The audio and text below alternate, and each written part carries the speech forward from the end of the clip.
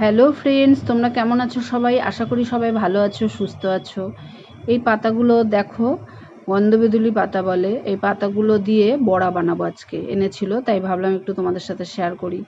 তার জন্য ডালও ভিজিয়েছি, মটর ডাল, আর 2-4টে লঙ্কা দিয়ে মটর ডালটাকে পেস্ট করে নিলাম, আর পাতাটাকেও একটু পেস্ট করে রেখে দিলাম।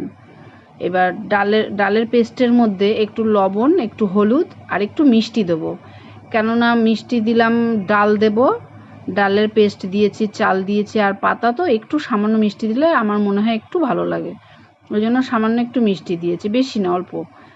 আর তারপরে এর মধ্যে চালের গুঁড়োও দিলাম, আর পাতা লঙ্কা বাটা যে রেখেছি পেস্ট, ওই পেস্টটাও এর মধ্যে দিয়ে দিলাম। দিয়ে এটাকে ভালো করে এটাকে মাখিয়ে নিতে হবে। মাখিয়ে নিয়ে এবারে তেলটা যখন গরম হবে, তেলের মধ্যে এক এক করে এই বড়াগুলো বানাবো।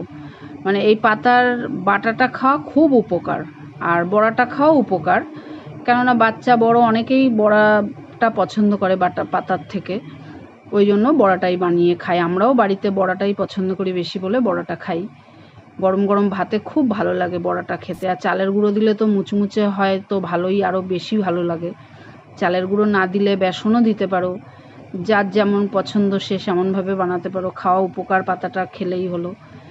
বাটাটা, বড়াটা দেখতে কালো কিন্তু খুব স্বাদ, আর খাওয়া খুব ভালো। এটা তোমরা বাড়িতে যে না খাও তো জানবা না, যারা খাও তারা জানো কেমন, আর যারা না খাও তারা একবার খেয়ে দেখো, আর যদি ভালো লাগে কমেন্টে অবশ্যই জানিও।